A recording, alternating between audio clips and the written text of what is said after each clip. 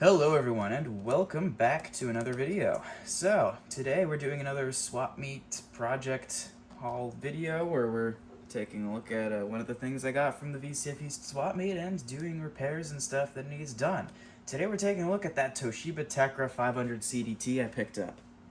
I'm super stoked about this one because I've been wanting one of these 90s gray Toshiba laptops for a long time because they're just really solid and excellent systems in all manner. Screens are good if you get a CDT. Keyboards are good. Feature set otherwise. They're chunky, good hinge build quality usually. And so I was just looking for one as a good Windows 95 or 98 laptop, and this one's a Windows 95 era Pentium 1.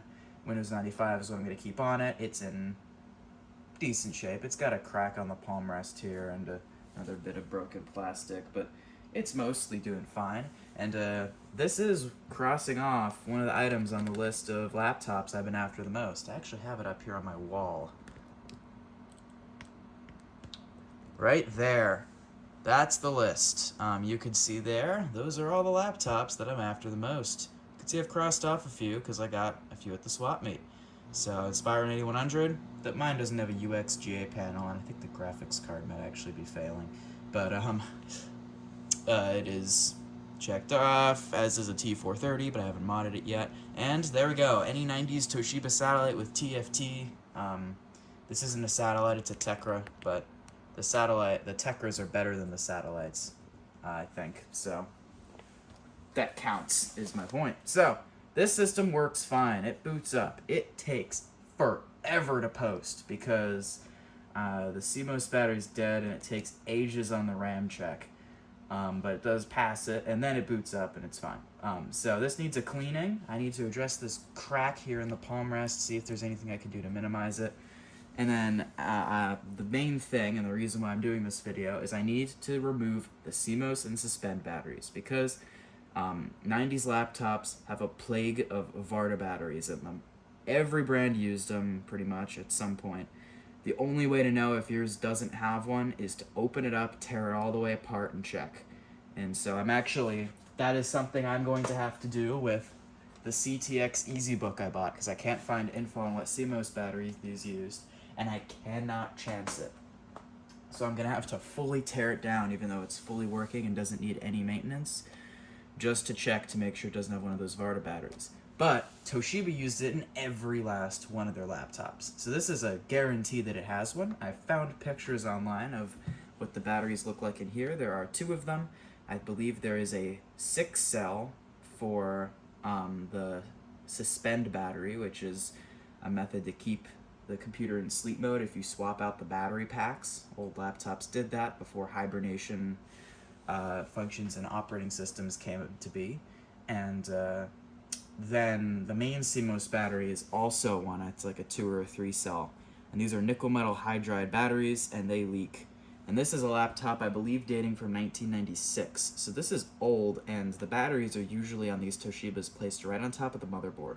So which is a real shame, because if you wait a few more years, any Toshiba that hasn't had that battery pulled is going to be dead forever, unrecoverable, dead.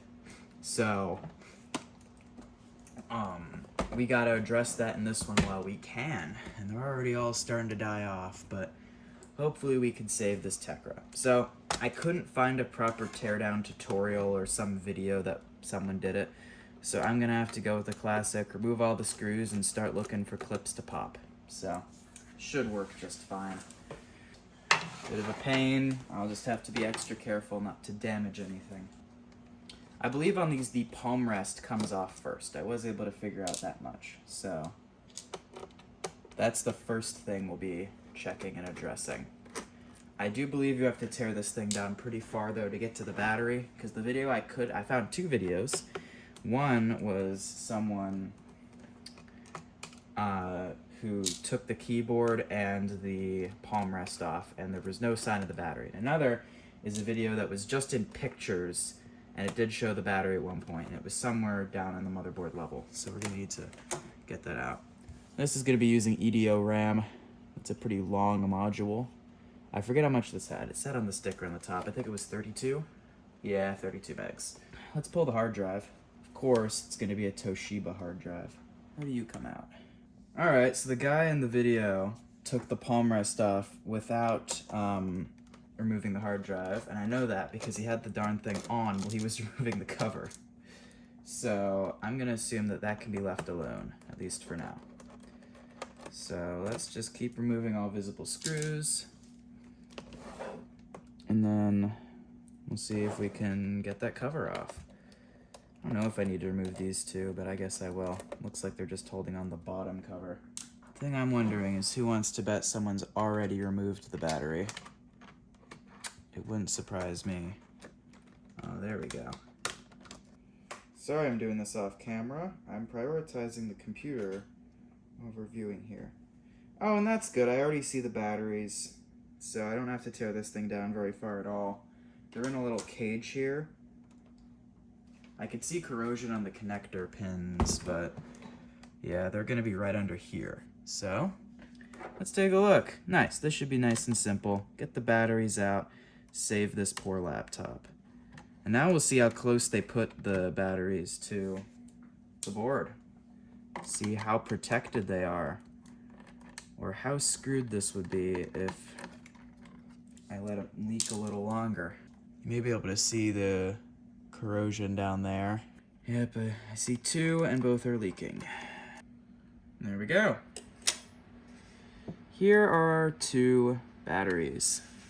It looks like there's another screw holding this in place. There's two of them actually. The wires are just gonna pull right out, which is fine.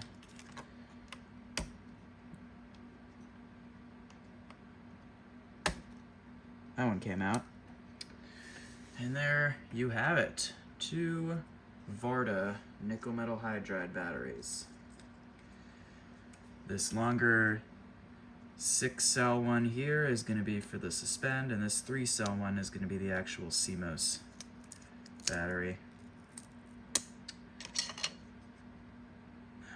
You can see this one here is just starting to deteriorate out of this vinyl wrap, because that's the stage where the chaos starts. At first it'll go down the connector pins, but then it just continues and continues. And these will do catastrophic damage. I see photos of these.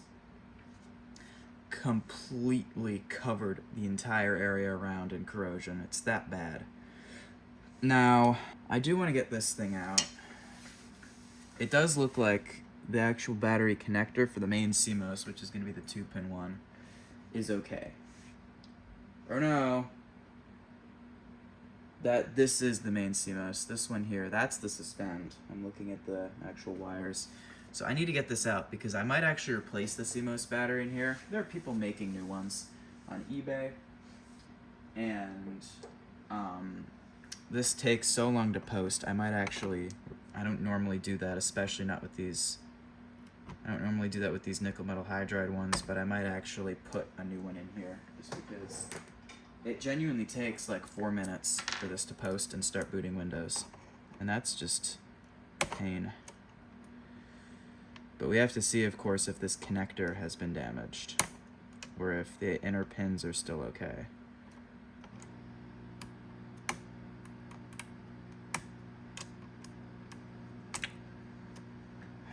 Oh, it's bad in there, yeah. This one might be toast. I might not be able to ever install a new battery. I'm gonna go ahead and grab a toothbrush soaked in IPA, and I'm going to neutralize what is there. Now, about this crack here, someone has already been in here to see if they could fix it up before. This is just hot glue. That's not the best method, but I don't know. I think I'll leave this alone for now, since someone's already at least tried to reinforce it structurally. Alright, let's reassemble. So, we gotta put the battery cage back in, because there's no reason to leave that out. Now there's this cover.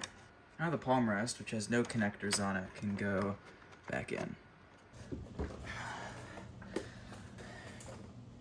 Alright, so I think that's gonna be it for today.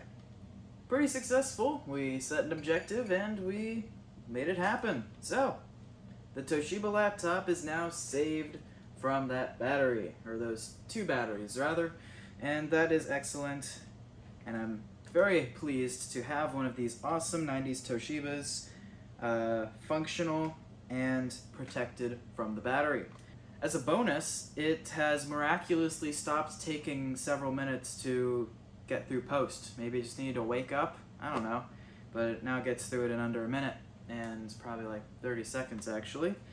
I don't know what caused that to happen, but I don't have to go and buy a new battery that could leak in 20 more years for this guy, so awesome. Other than that, I mean, the plastics aren't great, but it works, it boots, and that's what makes me happy. So, for now, that's going to be all. I will see everyone back next week for the next part of the project series. So, hope you enjoyed. See you all next time.